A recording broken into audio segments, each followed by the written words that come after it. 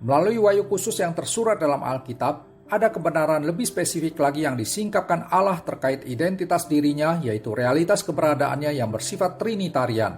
Ini berarti Allah bereksistensi dalam 3 pribadi berbeda, yaitu Bapa, Anak, dan Roh Kudus. Allah tidak hidup sebagai pribadi ilahi yang setunggal, melainkan tritunggal. Persepsi umum dari keyakinan agama lain tentang doktrin Trinitas ini adalah iman Kristen mengajarkan penyembahan kepada 3 Allah. Apakah Alkitab menegaskan kepercayaan yang bersifat politeistik dan bukan monoteistik?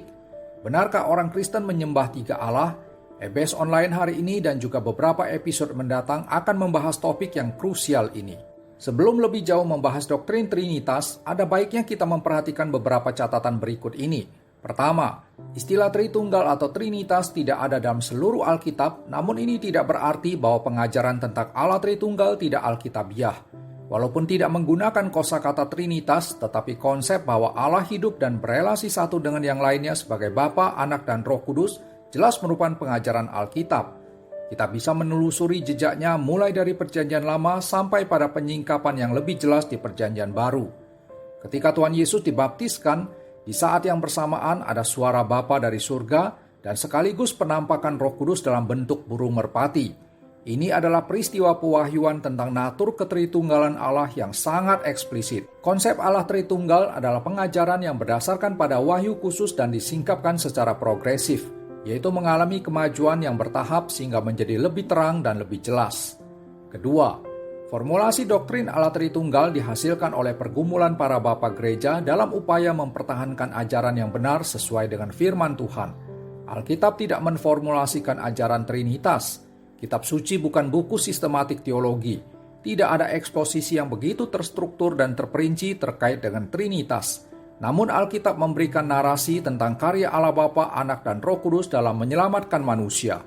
Segala perkataan dan perbuatan Allah yang secara khusus telah diwahyukan melalui Alkitab inilah yang menjadi sumber dan landasan bagi para bapa gereja mula-mula seperti Tertullianus, Athanasius, Agustinus, dan yang lainnya untuk merumuskan ajaran tentang Allah Tritunggal.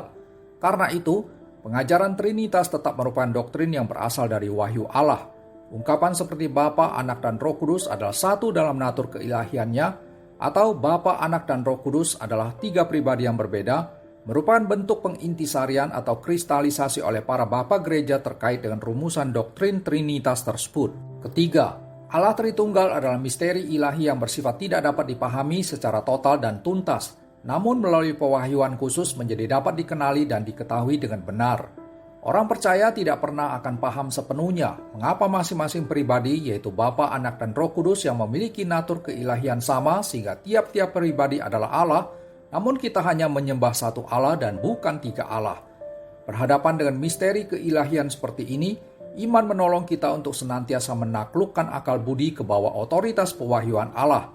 Kita menerima segala kebenaran yang disingkapkan Allah tentang identitasnya yang bersifat trinitarian, sekalipun kemampuan maksimal rasio kita tidak bisa memahaminya secara total dan tuntas. Keempat, konsep Trinitas bersifat suprarasional, bukan irasional. Realitas bahwa Allah Tritunggal merupakan misteri yang selamanya tidak mungkin dapat dimengerti secara total oleh akal budi manusia yang terbatas, tidak berimplikasi bahwa doktrin ini bersifat irasional. Istilah yang lebih tepat untuk menggambarkan kebenaran yang berada di luar kemampuan rasio manusia untuk menjelaskannya secara tuntas adalah suprarasional. Ajaran Trinitas tidak bertentangan dengan rasio, tidak irasional melainkan melampaui kapabilitas rasio kita. Hanya pemahaman yang sudah dicerahkan oleh iman yang akan percaya pada kebenaran tentang Allah Tritunggal yang bersifat suprarasional tersebut. Kelima, Trinitas adalah doktrin yang menyatakan keunikan pengajaran iman Kristen dan sekaligus merupakan salah satu pengajaran yang menentukan kesejatian gereja Tuhan. Tidak ada kepercayaan dan agama apapun dalam dunia ini yang memiliki pengajaran tentang Allah sebagai realitas ilahi yang bernatur Tritunggal sebagaimana yang ada dalam kekristenan. Sebab itu, salah satu ciri gereja yang berlandaskan pada pengajaran yang alkitabiah adalah penerimaannya terhadap doktrin Allah Tritunggal. Tidak ada gereja yang betul-betul berdiri di atas fondasi kebenaran firman Tuhan yang akan menyangkali ajaran Allah Tritunggal. Dari kelima poin yang sudah dijelaskan di atas, nyata sekali betapa pentingnya pemahaman yang benar tentang konsep Allah Tritunggal ini. Kiranya kita terus mengikuti berbagai penjelasan berikutnya.